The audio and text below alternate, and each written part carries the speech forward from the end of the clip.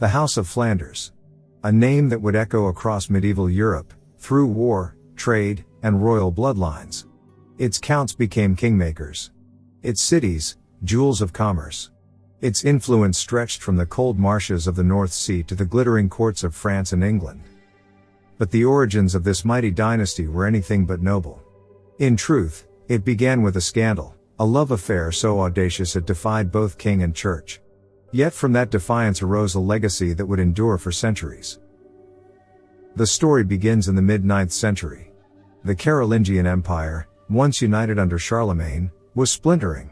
Civil wars raged. Viking longships prowled the rivers.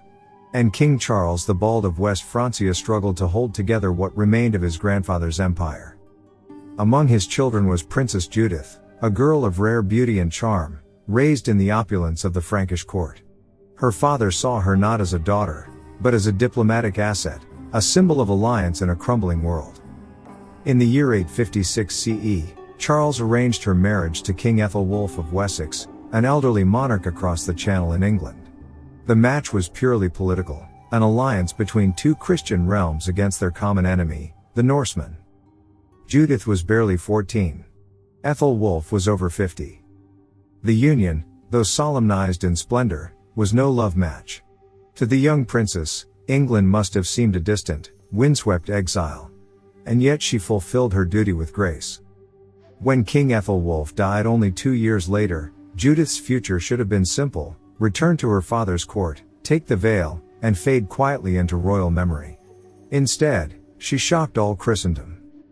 The widowed queen married her own stepson, Ethelbald, the son of her late husband. It was an act the church could not forgive. Bishops thundered that it was incest.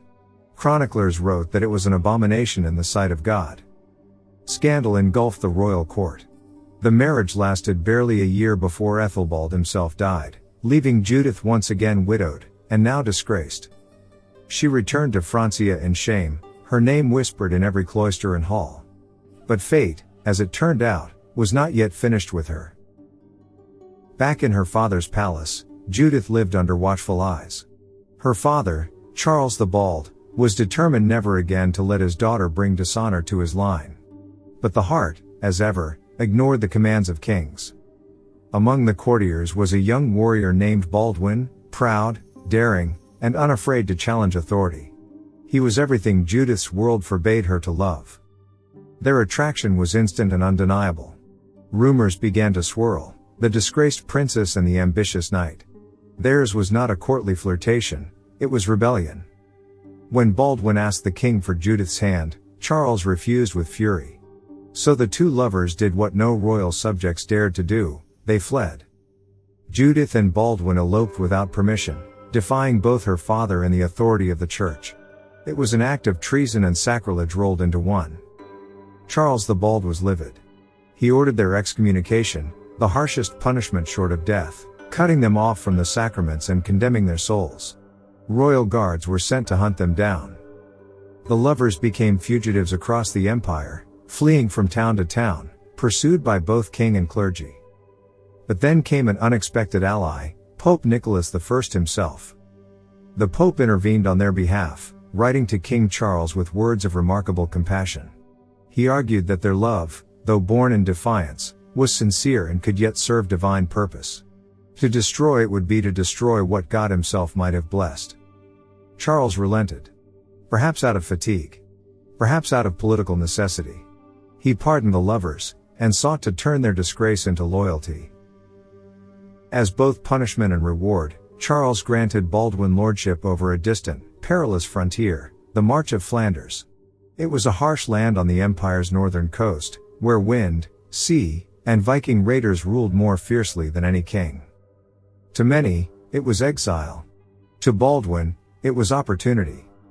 He set about fortifying the region, building wooden towers and stone keeps along the rivers.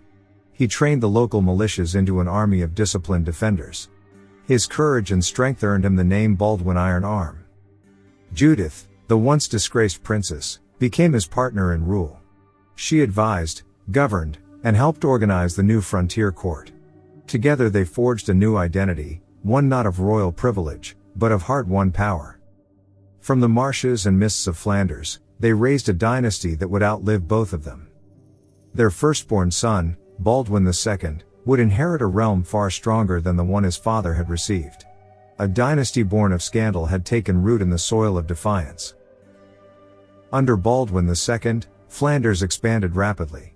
He built castles along the Scheldt and Lys rivers, seizing control of trade routes and defending against Norsemen. He married Elfrith, daughter of Alfred the Great of Wessex, uniting the bloodlines of England and Flanders. The scandal that had once tainted his mother was now rewritten as a bridge between nations. By the 10th century, during the reign of Arnulf the Great, Flanders had become a miniature kingdom in all but name. Its cities, Ghent, Bruges, Ypres, thrived with trade. Weavers, shipwrights, and merchants made Flanders a beacon of wealth in northern Europe. Arnulf's fortresses turned the once wild frontier into one of the safest and most prosperous corners of the continent. The counts of Flanders minted their own coins. They held courts of justice. They commanded armies that rivaled those of kings. What had begun as punishment had become power. What had started with excommunication had ended with near royal sovereignty. Through clever marriages, the descendants of Baldwin and Judith tied themselves to Europe's greatest houses. Baldwin IV married Ogive of Luxembourg, linking Flanders to the imperial nobility of the Holy Roman Empire. His son, Baldwin V, allied with the Capetian kings of France through his daughter Matilda of Flanders. Matilda would marry William of Normandy, the man who would soon be known as William the Conqueror, King of England. When William crossed the Channel in 1066, Flemish knights rode beside him, their banners flying high. The blood of the outlawed lovers, Judith and Baldwin, now flowed in the veins of England's royal family. By the 11th century, Flanders stood among Europe's most formidable powers, a nexus of trade, culture, and diplomacy. Its counts brokered peace and war alike. Its merchants connected the North Sea to the heart of the continent. And through marriage and ambition, its bloodline reached into nearly every royal house of Western Europe. But beneath all the glory, the dynasty never forgot its origins. Every chronicler who praised the might of Flanders also remembered the story that had birthed it, the story of the princess who defied her father and the knight who dared to love her. They were condemned. They were exiled. And yet, from their rebellion came a legacy that shaped a millennium of history. From scandal, came sovereignty. From forbidden love, came a dynasty.